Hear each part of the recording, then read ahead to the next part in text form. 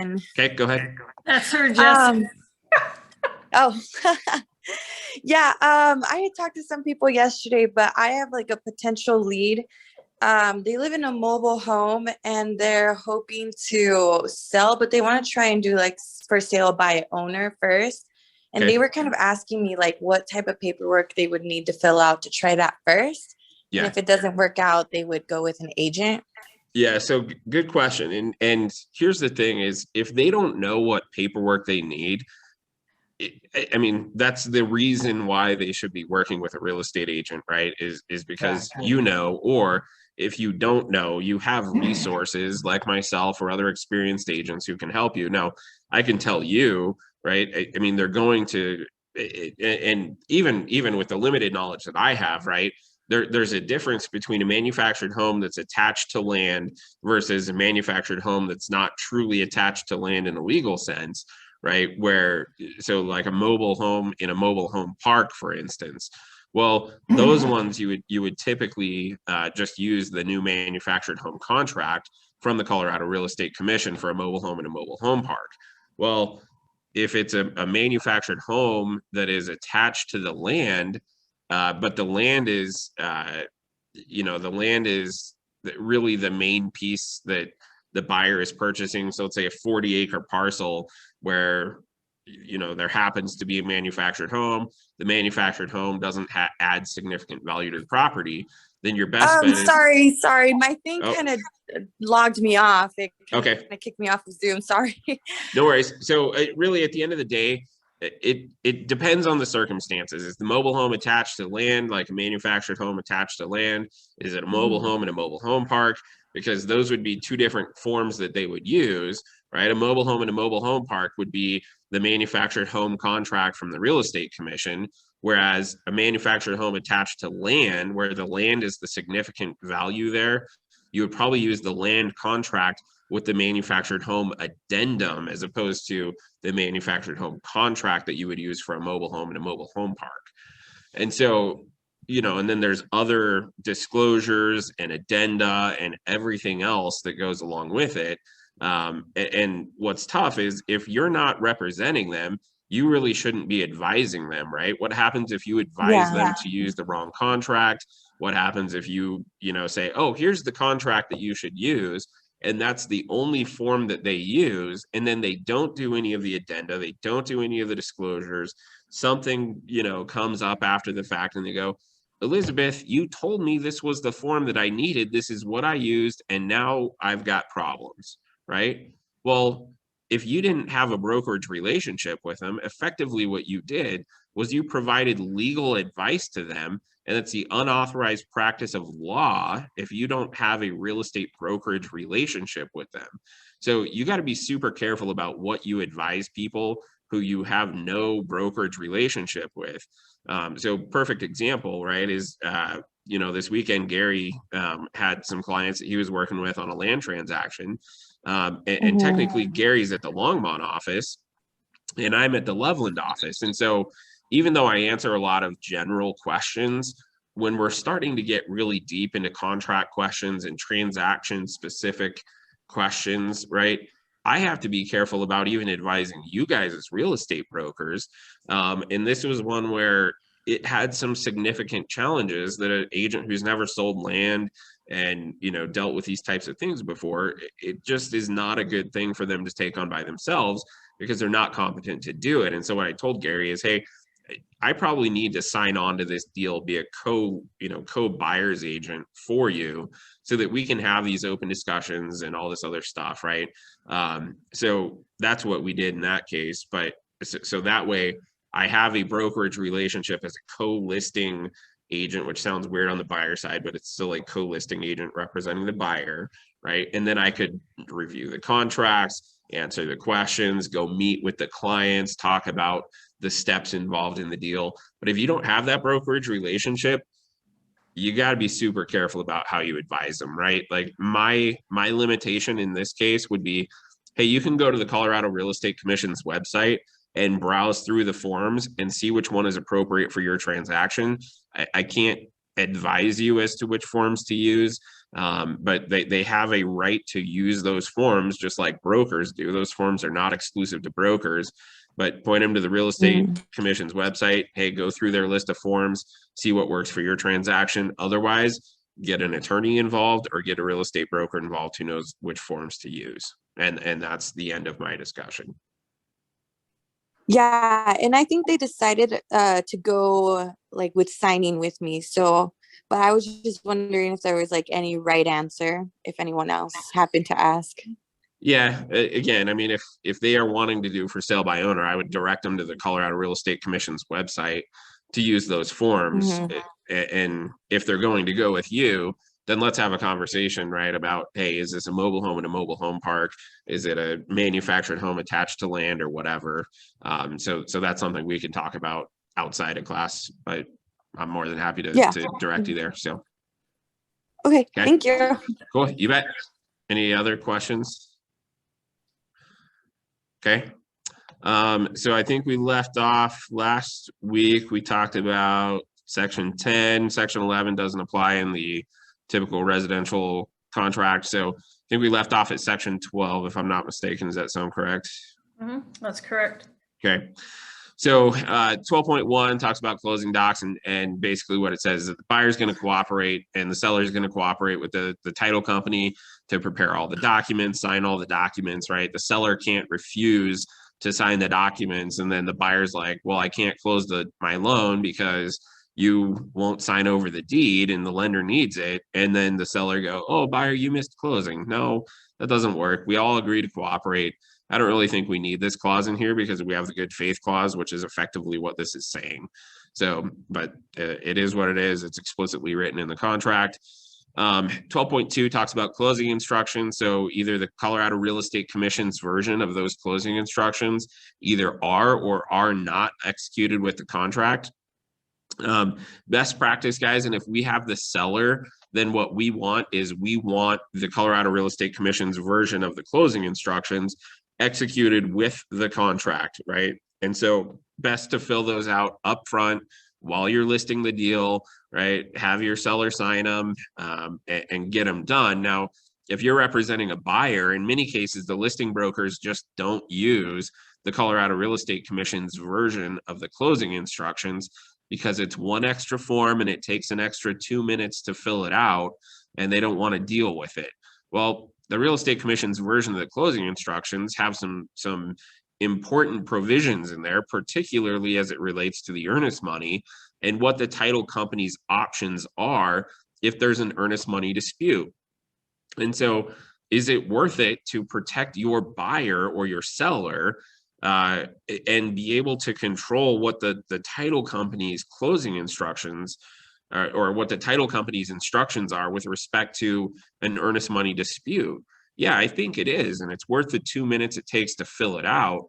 And so, you know, our brokerage policy is if we have the seller, we want those closing instructions executed with the contract, you know, right when you go under contract. So there's no question as to what happens in the event of an earnest money dispute. Now, closing instructions still give the title company 3 options, right?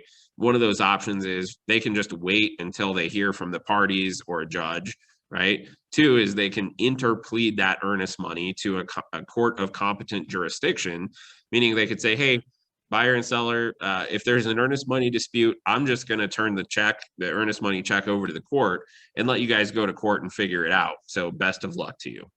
And then the third option is they can say, hey, after 120 days, after you notify us of a dispute, after 120 days, we're just going to return the earnest money to the buyer. And then if you guys want to pursue it after that, great. And if you don't, then the buyer's going to have their earnest money.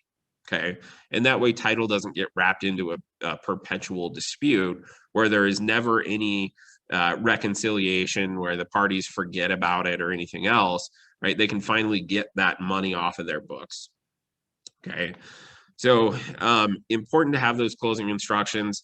The other thing that I'll tell you is if you sign the Colorado Real Estate Commission's version of the closing instructions, you don't need to sign the title's closing instructions at closing. It's not wrong to sign their closing instructions, but title company's closing instructions, basically shift the burden off of the title company and back onto the real estate brokers and the buyer and seller and everybody else, right? And it's like, well, what did I hire you for? I hired you to draft the deed and all these other things. And if you read a title company's closing instructions, they're basically saying, buyer and seller, you can't sue us for, you know, any defects with respect to how we prepared the deed and all this other stuff, right? And so you don't have to sign them. And if they somehow believe that you are forced or obligated to do it, you probably need to go talk to a new title company. Again, doesn't mean that you can't, but you don't have to. If you've got a set of closing instructions, that's good enough. Okay. 12.3 talks about closing. So delivery of deed from the seller to the buyer will be at closing, and then the date of closing will be specified by, and then you can put, you know, you'll see various different things here in this blank. A lot of people put mutual agreement between buyer and seller, which it's not the end of the world. And in most cases, it will probably work out just fine. But what happens if you put mutual agreement between buyer and seller, and then the seller says, hey, I need to close at 8 o'clock in the morning because I am going to be turning around and purchasing a new home, and that closing is scheduled for 10 o'clock in the morning. And the buyer goes, well, our wire from our lender isn't going to be here because our bank is based out of California. And at 8 o'clock in the morning on closing day, it's still 7 o'clock in California. How many bankers do you think are up working at 7 o'clock to get your closing complete in Colorado at 8 o'clock? Colorado or California, I don't think is even a table funding state, so they don't care, right? So now what happens? You have mutual agreement between buyer and seller, but the buyer and seller can't mutually agree on the date and time of closing. Who's in default?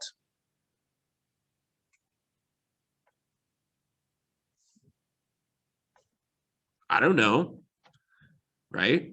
The only way to truly have anything that holds water is to put one party to the contract here, right? And typically I don't even like to see brokers here, like, you know, broker working with a buyer, broker working with the seller. You're not a party to this contract. Yes, you signed it as a broker, but you are not a party to the contract.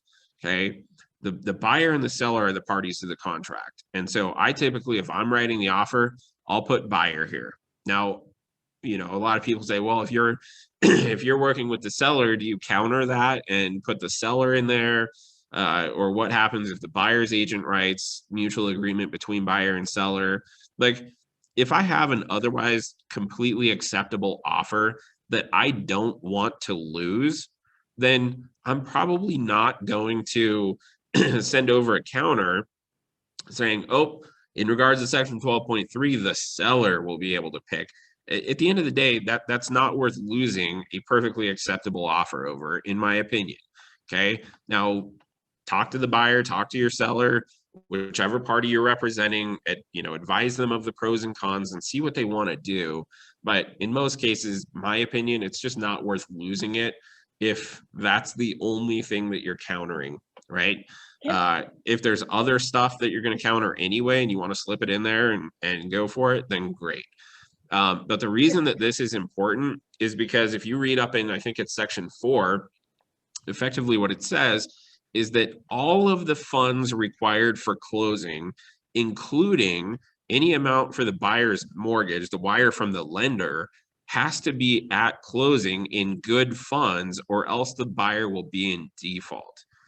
And so, again, if the seller says 8 a.m. and they have the right to dictate 8 a.m., and the buyer is like, well, I can't even get my wire transfer here until probably 11 because the banks in California open up at 9 o'clock our time, let's say, and then it takes a couple hours to clear the Fed, then buyer's in default. Can I ask a question? Yeah. Yep. Can I ask a question? Now, on my contracts, I always put title company. Is that doable? Because the title company knows when the money's there. So what happens is, so first of all, yes, it's doable, right? Just like putting the brokers in there, it's doable. There is nothing illegal or wrong or anything else, right? But when you put the title company in there, what happens if the title company says, hey, my schedule's booked up today, the only spot that I have is 8 a.m. And you're like, well, that's not going to work, right? And they're like, well, I'm not going to have time because I'm slammed with closings or whatever else. Do you want to leave it in the title company's hands to be the ultimate deciding factor? And if you do, and as long as your client understands those, the pros and cons of doing that, then that's okay. But just because you put title company in there doesn't mean that the title company is obligated to wait for the lender's wire to come in to determine the date and time of closing, Okay. right? Okay. So is it wrong? No, it's not wrong. And at the end of the day, it's probably okay. But the reason that this is in here is because these types of disputes have happened, and it has led to a seller who, was in the domino chain, right? And the seller couldn't close on their transaction. And because they couldn't close on their transaction, the next one couldn't close. And so that next one kept that seller's earnest money. And so the seller's like, well, buyer, because they kept my earnest money, right? Now you're in default and I'm keeping your earnest money. And so that's where you run into problems, is when it's one of those dominoes in a chain, right? Yeah, I- that's If true. if a seller just has to sell, and they don't need the funds right away to close on another property or whatever, then even if you miss that 8 o'clock deadline and the seller gets their funds at 2 o'clock, or or God forbid the next day they get their funds or whatever, it's probably everything's probably okay in the world, and everybody moves on and everybody closes and everybody's happy and whatever. But when you're in those tight domino situations where you have one closing that's contingent on another, on another, on another, right? And you're going to screw up that domino chain, then earnest money just becomes an issue. But good question. Not wrong to do it, just like Thank the you. brokers aren't wrong. Thanks. Yep, you bet. I just thought it was safer, but you make a lot of sense. So Sure. thanks for Yep. that. You bet. 12.4 disclosure of settlement costs. So buyer and seller acknowledge that there's various different service providers out there, whether we're talking about attorneys, lenders, inspectors, title, whoever. And I didn't think that this was as big of a thing in the past, but right, the real estate commission says, hey, give them 3 people, right? 3 recommendations of vendors so that they have choices to choose from. And they don't have to choose from your vendors either. So even if you give them 3 names or 5 names or whatever, they can go choose somebody else, and that's okay. Well, it's not that big of a deal maybe if you just always go to the same title company, right? Because you love your closer and they take you out for coffee and they take you out for breakfast and they give you the little notepads and the pens and whatever, right? All that stuff is okay. But providing just one name and saying, hey, this is my title company, this is who we're going to use. Trust me, when you get burned by your title company, and not you, but your client gets burned by your title company, then it becomes a bigger deal, right? And I had a title company miss a $17,000 effectively lien on the property. It's called a silent second, which just think of it as a lien. They missed a $17,000 lien on the property, and my seller was pissed because 3 years after closing, they come back to the seller and said, hey, we need you to pay this $17,000. And in the meantime, she's a single mom. Her husband was in jail. She's working 2 part-time jobs to try to, keep her girls fed and clothed and all this other stuff, right? She doesn't have the $17,000 at this point. And now they're effectively suing her for $17,000 to pay back what, this lien. And yeah, she would have had to pay it if they would have caught it at closing. But man, to come back 3 years after closing, it just sucks, right? And so then she's pissed at me because I gave her the name of one title company and they screwed it up, right? And so now it's like, hey, you gave me one name. This was your title company. I'm filing a complaint against you, which fortunately she didn't file a complaint against me, but she could have. And who knows what that would have looked like, okay? So 3 is the best. Then let them decide either from that list of 3 or they can choose somebody else completely different altogether, okay? All right, as far as transfer of title goes, so we used to always just check general warranty deed. And if I'm representing a buyer, in most cases, I am still going to check general warranty deed. However, if I'm representing a seller, really my preference would probably be special warranty deed, Now, if I could get away with a bargain and sale deed or quit claim deed or whatever, then that much better, right? But in most cases, that's just not going to be the case unless we're talking about an estate where someone has passed away. Okay, so in most cases, we're going to have a general warranty deed or a special warranty deed, and we'll kind of talk about these. So starting with general warranty deed, what a general warranty deed does is it says, hey, I'm selling you my property, and I warrant that you are getting the title that is, defined in the title commitment, and that there's no other defects or clouds on title. And if something does come up, then I will defend your right to good title all the way back into perpetuity, right? As far back as time goes. If there's some kind of title defect that arises from that period of time prior to my, during my period of ownership or anytime prior, then I will defend your right to title, okay? What a special warranty deed says is I am warranting that I have the title that is defined in the title commitment, right? And that during my period of ownership, I didn't do anything that would cause any other clouds on title that are going to come up.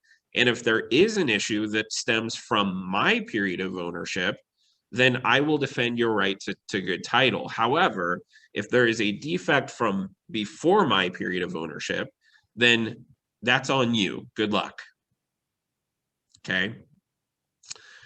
The reason that our contract effectively switched from it wasn't really default general warranty deed. That's just what we always asked. But now we have this provision in here that says, if you have not selected some other form of deed, then effectively our contract defaults to a special warranty deed. Okay. The reason for that is it's very difficult for me to defend good title to a period prior to my ownership, because I don't know what was signed, during previous ownership periods. And so how could I defend that when I don't know what that is, right? And that's why in most cases, if I'm representing a seller, I want to check that special warranty deed box, okay? But if I'm a buyer and I can get a general warranty deed, that's what I would prefer. Now, maybe 1% of the deals out there are going to have title issues. And in most cases, if it's a, relatively new subdivision or something like that, probably title is going to be good and you're probably not going to have any issues, right? Where it gets a little bit sticky is when you have some foreclosures or short sales or, tax sales or, just weird financial stuff, financial distress situations. You're more likely to run into issues, okay? So just be aware, advise your clients of the pros and cons, right? And again, this is one of those things where if I'm representing a seller, even though I want special warranty deed, if they've checked the general warranty deed box and everything else is otherwise acceptable, then in most cases, it probably just doesn't make sense to counter it and say, oh, hey, special warranty deed or the deal's off, right?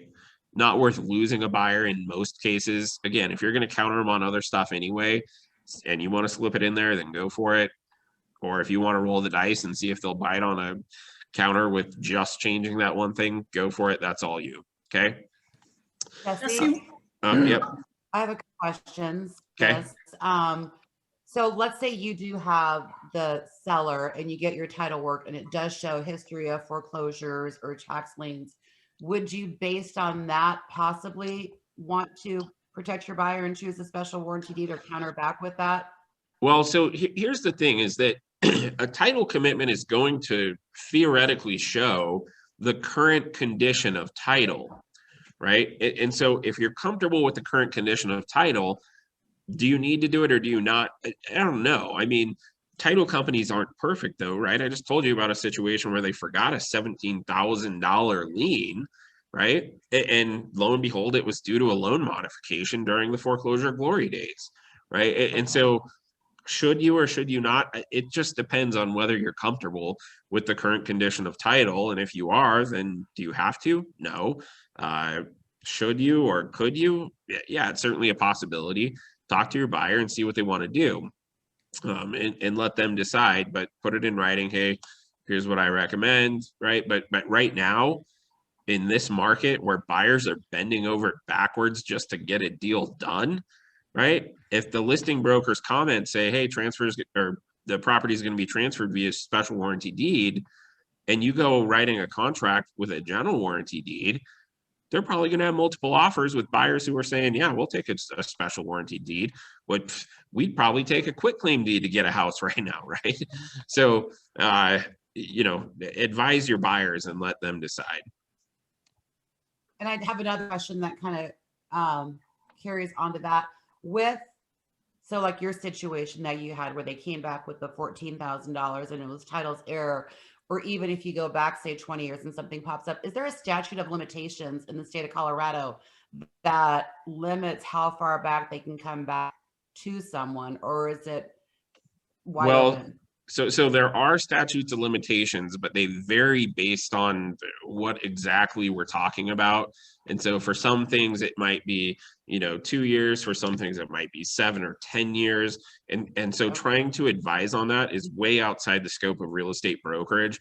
And honestly, I couldn't even tell you because I'm not familiar enough with statute of limitations as it applies to a particular, you know, situation to be able to advise you. That's absolutely attorney territory. So Okay. yeah, if And they're then on worried that about it, too, then yeah. Go when ahead. you get to that, let's say I am the seller and you're my broker, and we get to that line item where you're wanting to provide several different title companies. And I say, hey, you know, these are the 3 title companies that we choose from, or that you have the ability to choose from. Do you have them look up the fee, make the determination? Do you provide that and have them, how do you address that best? Well, so most of the time, here's what's theoretically going to happen, right? You go, hey, here's 3 lists of title companies. Which one do you want to use, A, B, or C? And they're going to go, well, Susie, which one do you usually work with, right? And it's like, then what's your answer? Well, I work with all 3, and they all do a good job. I have no issues with any of them. Their fees might vary slightly. So if you're concerned about, you know, a minor adjustment to the fee, you can go ahead and call them and ask them what it is, but they're all going to be relatively close. They're not going to be a deal breaker one way or the other, right? So if you have a preference, that's fine. If not, then just randomly pick and let me know. So I'm not giving them fees because then what happens if the fee changes, right? And in most cases, the big title companies are all pretty competitive with respect to their fees anyway. Okay. Okay. Was there another question? Yeah, what did you call that when you said if the buyer's getting a general warranty deed, the title warrants no defect to, you used a term. It's not all, it's, you know, all the way back to, but you had a term that you said, what was that? Well, I probably said perpetuity, but that just Yes. means forever back, right? And a general Okay. warranty deed doesn't necessarily warrant no defects to title per se. Okay. What it says is you're getting the title that is defined in the title commitment, which the title commitment may show title defects, right? And if the buyer's concerned about that, then they can either object or they can whatever, they can terminate, right? But effectively what it says is you're getting whatever the title company is defining in the title commitment.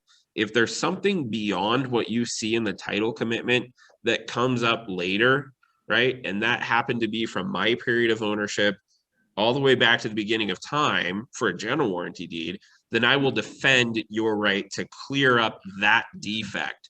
I'm not clearing up any defects that exist within the title commitment, but that one that wasn't listed that may come up in the future, I'm defending the right, your right to have that defect removed. Okay.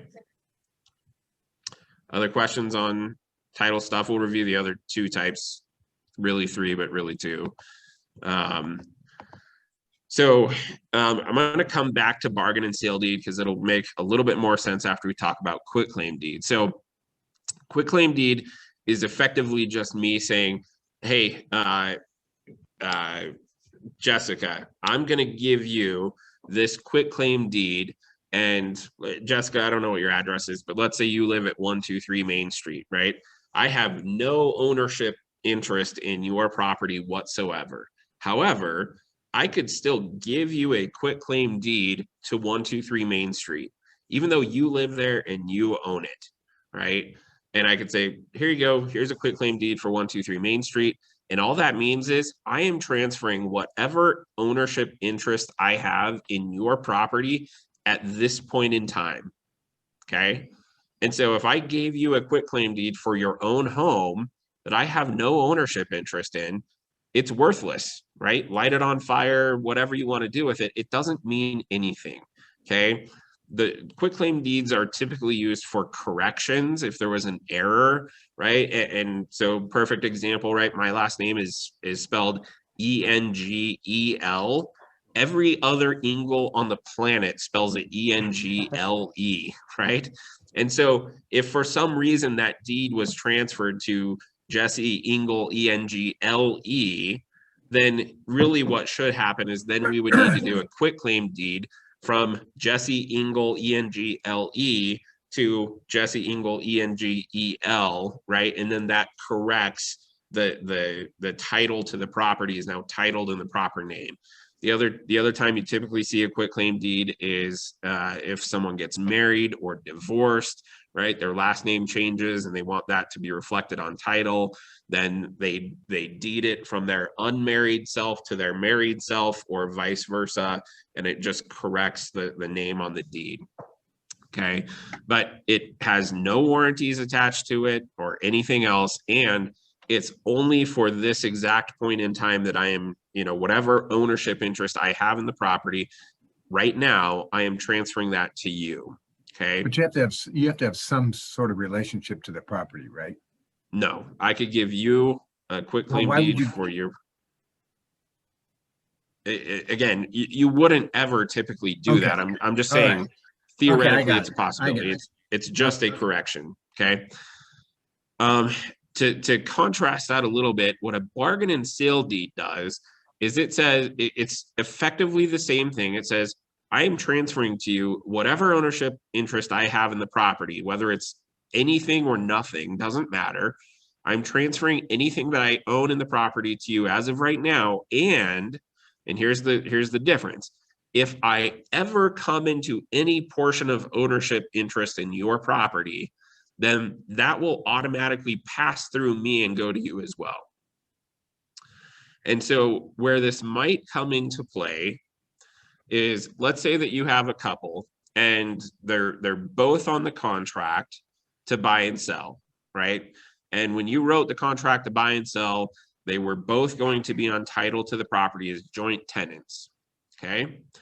And as you're going through the deal, it turns out that Mr. Buyer's credit is junk. It's destroyed. The lender's like, hey, it's worse than I thought. But Mrs. Buyer can qualify by herself. We don't need Mr. Buyer on the contract. We don't need him on the loan. We don't need him on title, right? So we need to remove him from the contract. Well, that's all fine and good, but what happens if you're under contract for $400,000 and after you went under contract, there was a second buyer who came along and said, hey, seller, we really like your property and we want to put you in a position where you have a lot of leverage to get rid of that first position buyer, right? Now, seller can't just cancel a contract. There are very limited instances where a seller could terminate a contract, most of which have to do with short sales, foreclosures, that type of stuff, okay? But buyer two comes along and says, seller, I'll give you an offer for $425,000. So now seller has buyer number one under contract at 400, buyer number two put a backup offer in at 425. And now buyer number one has come to seller and said, hey, we need to do an amendment to the contract in order for us to be able to close on this property, right? Seller goes, yeah, I'd really love it if you don't close on my property because I have $25,000 sitting on the table behind me. So go pound sand, figure it out, or terminate because I'd like to get that buyer under contract. I have no reason to sign your amendment, right? I'd rather get an extra 25 grand with buyer number two, okay? So then what do? You're kind of stuck. Well, you're not really stuck, right? Now, whether a title company and whether a lender understand this and will approve of this and anything else, may have to get some attorneys involved, right? But what could theoretically happen is, again, let's say that buyers, Mr. and Mrs. Buyer were purchasing a property at 789 Main Street, right? So Mr. Buyer needs to be taken off title, off of the loan, off the contract, whatever. What Mr. Buyer could do is he could say, hey, well, both Mr. and Mrs. Buyer, they say, I'm going to draft a bargain and sale deed from both of us, even though we don't own the property right now, right? We are going to together draft a bargain and sale deed that is going to transfer title solely to Mrs. Buyer. So that at any time in the future, if either one of us come into any portion of ownership in the property, it will automatically pass through to Mrs. Buyer only. Okay. So a little bit tricky, a little bit weird, but that is what a bargain and sale deed is. And that is how it differs from a quitclaim deed. Okay. They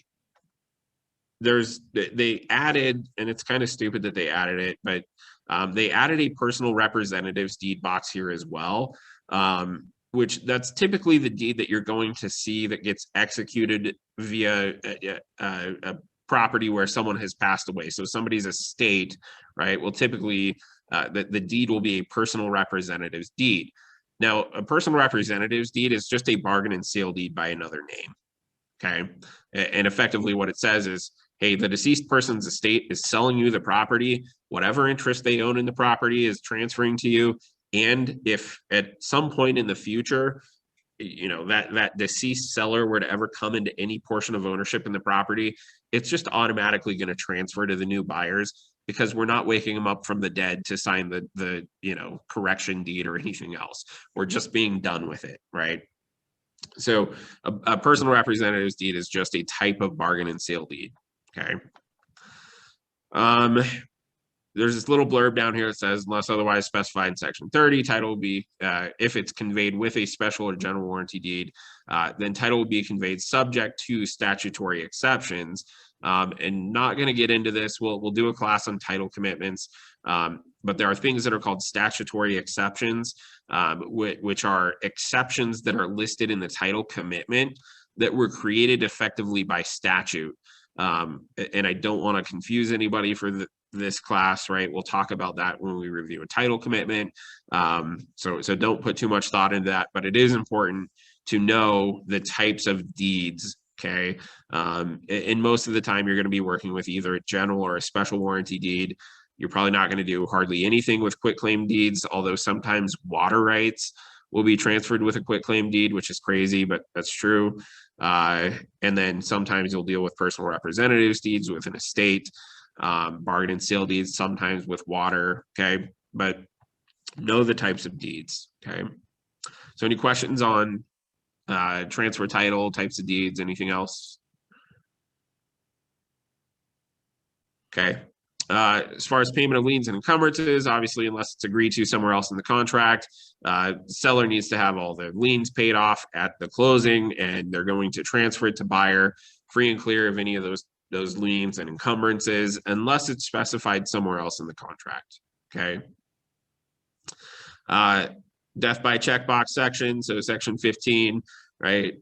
Closing costs, obviously buyer and seller have to pay their respective closing costs in good funds. As far as the closing services fee, this is different than closing costs. Okay. Closing costs, typically we talk about the closing costs on the buyer side. Many of those closing costs have to do with the lender, right? The underwriting fee, the origination fee, the tax cert, all these other fees associated with lending, right? And the seller, their main closing costs are typically going to be commissions, maybe some prorations for property taxes, HOA dues, some stuff like that, right? But those are closing costs. The closing services fee in 15.2 is just saying who's going to pay the title company to perform the closing, buyer, seller, half and half, or something else. Okay. Now, typically that fee is about $350 to $400. Most of the title companies I use, it's $340. And in most cases, it's split half and half. However, due to the nature of the market that we're in right now, we're seeing a lot of buyers who are just picking up the whole closing services fee of $350, $400, whatever it is. Okay. So sometimes your sellers will freak out when they see this box check that says half and half, if that's how the buyer's agent wrote it, half and half. And they're like, okay, great, I signed the contract. And then when they couldn't sleep, they pulled it out and actually started reading it. And they go, Harry, you didn't tell me we had to pay for half of the buyer's closing costs. No, that's not what this is. This is just paying the title company to perform the closing. Okay. Status letter and record change fee. So these have to do with a homeowners association. If it's not in a homeowners association, then there are no status letter and record change fees. The exception is a metro district will have a status letter and probably record change fees as well. But this is specifically in relation to the association, okay, with a capital A, meaning it's a defined term in our contract. So this truly is not the section to deal with a status letter and a transfer fee that has to do with a metro district or a special taxing district. Okay, and when I say transfer fee, that's what the record change fee is typically called, is a transfer fee. Okay, so who usually pays the status letter fee? Who usually pays the record change fee or the transfer fee? Guys, just like any other section in our contract, if there's check boxes, it doesn't matter. Okay, now, you know, typically, historically, what has been done, it doesn't really matter, right? And again, this is one of those sections where right now buyers are saying, hey, yep, I'll do the status letter and I'll do the transfer fee. I'll do that closing services fee. Load me up with the fees to make your bottom line better and I'll do it, right? So I don't really care what's been done in the past. What, you know, our current market may dictate otherwise. Now, that being said, I will tell you, typically, forget about the crazy market we're in. If let's say we're in a balanced market, what I would typically ask for is I would have the seller pay the status letter fee, because the status letter basically says, hey, we're the homeowner association and we are guaranteeing that the seller is in good standing with the homeowner association. There's no outstanding dues. There's no special assessments against the property. There's no violations as far as covenants are concerned. That's what the status letter is. And so it's effectively the seller saying, hey, buyer, I promise I'm in good standing with the association. Now, the record change fee, and this is a little bit confusing and maybe not even confusing, but it just sounds different than what you might expect. But if you think about the original intent of a homeowners association, what were homeowners associations created for? What was the intent of a homeowners association? To make sure that your properties were not becoming run down and all that good stuff. Yeah, to protect property values, okay? And if we just leave it at that definition, whether homeowner associations exist for that reason today or not is irrelevant, right? But let's just leave it at that and say homeowners associations exist to protect property values. That's really a benefit to the current owner, or in this case, the buyer is about to become the owner. And so it is a buyer benefit to have a homeowners association protecting the property value. Okay. It's what they're formed for, and it's what they understand the least. Exactly. So in that sense, if it is a buyer benefit, it makes sense to me to have the buyer pay for it, to pay that transfer fee. Now, the status letter, right? Anywhere I've seen anywhere from like $25 to like $1,200. Okay. I would say on average, the status letter is probably $150 to $200. Transfer fee, again, I've seen anything from probably $100 to 1% of the purchase price, which is really more of a metro district thing than a homeowners association thing. Okay, so remember, this section is not truly about the metro district or those special taxing districts, right? But typical transfer fee, about $350. Okay, certainly there are some that are more or less. So typically, I would have the seller pay the status letter and the buyer pay that transfer fee or the record change fee. Again, our current market may dictate otherwise. Okay. Local transfer tax. So generally speaking, most places in Colorado do not have a local transfer tax. There are places, however, typically in the mountains, you know, and I'm not, again, I don't practice in the mountains. I don't think you should practice there if you're not familiar with real estate there, unless you team up with someone who knows what they're doing up there. If you have access to the MLS up there, right? There's competency issues with brokers going, oh man, I have an opportunity to sell a $7 million house in Vail, right? And I'm going to take it. I don't care if I have to drive 8 hours to get there. I'm doing it because I want the commission. Well, I could see why you would want to do that. Okay. However, there are competency issues that could very well lead to you coughing up your commission and losing your license. Okay. So be careful. If you don't know whether there's a local transfer tax in, you know, some of these mountain towns or whatever, if you don't have access to their MLS, if you, whatever, okay, then either refer it out, partner with a local agent who has access to the MLS, who does know what they're doing up there. Okay. And that doesn't mean that you have to do a 25% referral, right? If you send me a $7 million referral for my area, I'm probably going to give you a better than 25% referral. Okay. How many of you would take on a $7 million deal if the other agent on the other end was asking for a 75% referral fee? So you keep 25% of that $7 million. I do that all day, every day. Send me your $7 million clients and I will send you a 75% referral all day long. Okay. So Hey, Jesse, refer it out if you aren't competent. Yeah, go ahead.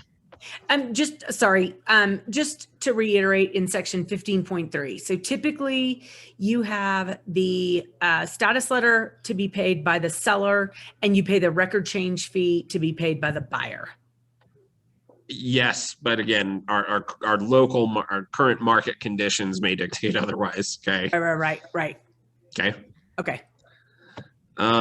So again, that being said, most places don't have that private transfer fee or the local transfer tax, right? But if you don't know, then refer it out. It's not worth coughing up your hard-earned commission that you drove 8 hours, you know, multiple times probably to earn, and then lose your license on top of it. Okay. Refer it out, partner up, co-broker with somebody, whatever you got to do, but don't try to take it on yourself. Okay. Water transfer fees, again, this is not something we typically deal with, right? Maybe if you're talking about water stocks, some type of, you know, most of the time water districts, they have a fee that's going to be paid by the buyer, and that's not really what we're talking about in this case either. And so in most cases, 15.6 is just going to be blank unless you were talking about shares of a ditch company or water stock certificates, something like that. Okay. Again, sales and use tax, most places that you're going to practice real estate in are just not going to have sales and use tax. Again, maybe some of those mountain towns might have some, and if you don't know, then don't practice real estate there. But there's Hey, nothing Jesse. along the Front Range that has them. Yeah, go ahead. With the water transfer fees, there's some areas up here that have like Northern Water or Left Hand Water District. So in that situation, if they're on a tap that's managed by a water district versus a municipality, then we need to address that component, correct? Well, it depends on the water district. So like Fort Collins Loveland Water District, for instance, I sell a ton of houses in Fort Collins Loveland Water District. Never check any of those boxes. Okay. It's always just paid by the buyer. So, you know, there might be some Okay. water districts that are more for like agricultural purposes as opposed to like your you know, your water tap. Those might have some, you know, fees associated with doing that or something. But certainly you're more than welcome to call whatever, you know, whether it's a ditch company or whoever else administers it, ask them what their fees are, check the box if it's appropriate. Okay. Okay.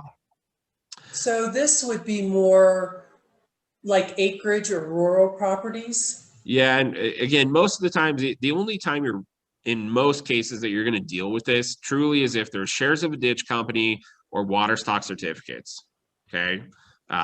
Most water districts act as a municipal water source, right? And that is not really what this section is talking about. The municipal water is going to get transferred to the buyer, right? And typically, regardless of what you put in here, the buyer is going to pay the water district or the water provider if there is a fee to switch the water into their name. Okay. So this is truly talking mostly about agricultural type properties where you have shares of a ditch company or water stock certificate, something like that. Okay. Okay, FERPTA. So FERPTA is a huge deal. There's a lot of foreign money, maybe not as much here as there might be in, say, California or Florida or places like that, but it is not uncommon to have a foreign person under the law who has invested in real estate in Colorado. And it's very hard for the IRS to tax these people. If there's nothing, it's just difficult for them to collect taxes from them.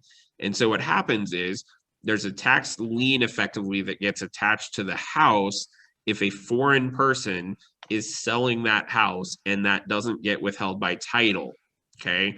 So if the seller is a foreign person, you need to ask the question. And a lot of people are like, oh, it's discrimination, stereotyping, whatever. No, you're doing your best to help them understand what their bottom line is, what they're going to walk away with, right? Are you subject to FERPTA or are you not, right? I had a seller who had a very typically Asian sounding name, very, very thick accent, right? And I just had to ask, right?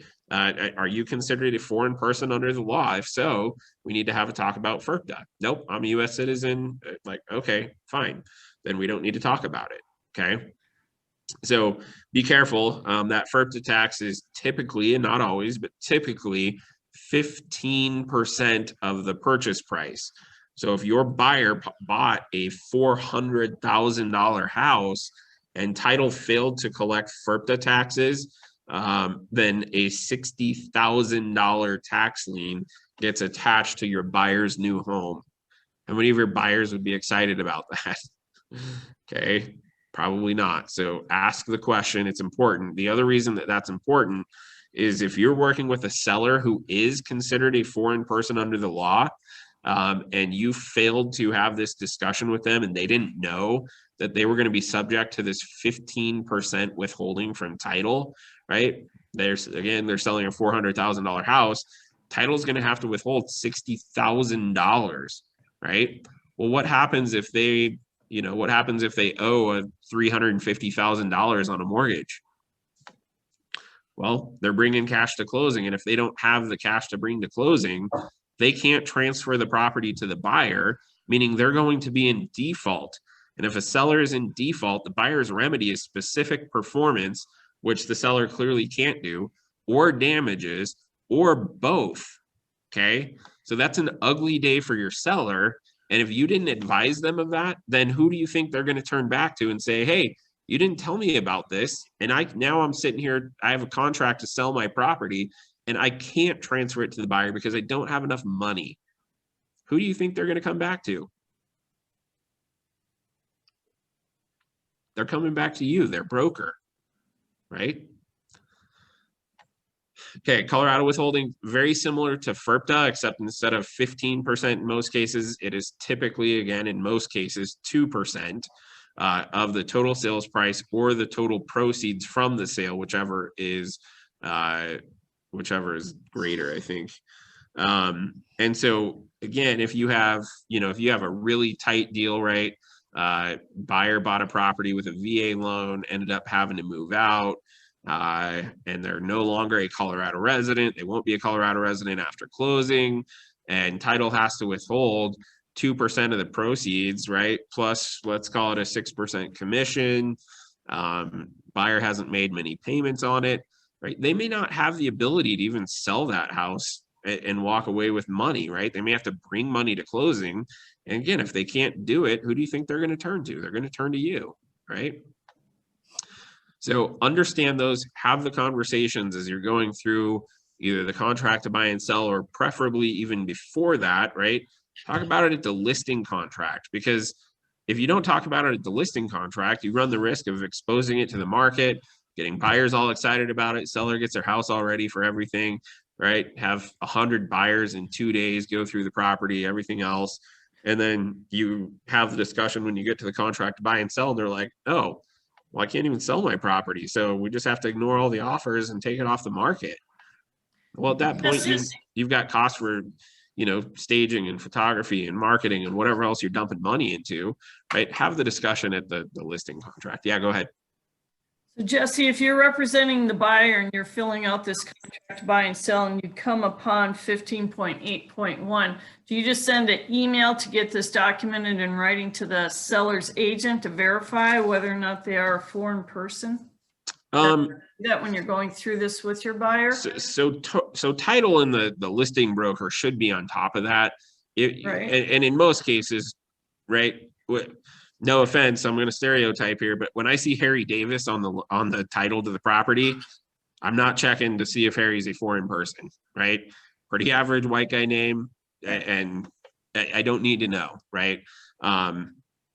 That being said, if you have somebody with a very foreign sounding name, is it in your best interest to check? Probably. That being said, title should be doing their due diligence, right? And they should be asking the questions, right? And at the same time, there are people who have very typical American sounding names that maybe they're from Canada, maybe they're from Europe, wherever, right? So it's not you know, it's not a slam dunk just because they have a very average American name that they're not subject to FIRPTA. So still good to do your due diligence. That being said, title should be doing it, right? And if you see a name that you're just like, hey, we should probably check, right? Double check with title. It doesn't hurt. Make sure that they're doing their due diligence. Make sure that they're asking the questions. That's okay. It's not stereotyping or anything else. It's just I'm making sure that my buyer is not going to get stuck with a 15% tax on their property. Okay. Yep. Thanks. Hey, All right. Jesse, That's all I have time for. But yeah, any last questions before we wrap up? thanks. If you're working with the seller and the seller is a foreign national, would you put that in your closing instructions or in broker comments just to address it up front? So yeah, broker comments is a good spot to put it, just so they know, you know, and don't refer to them as a foreign national. The way that it's worded is a foreign person, right? And really, I would maybe not even recommend stating that they're a foreign person. I would just say in regards to section 15.8.1, seller is subject to FIRPTA. That's how I would put it, right? And then leave it at that. That way they know when they're filling out the contract, check the box and we're good. Okay.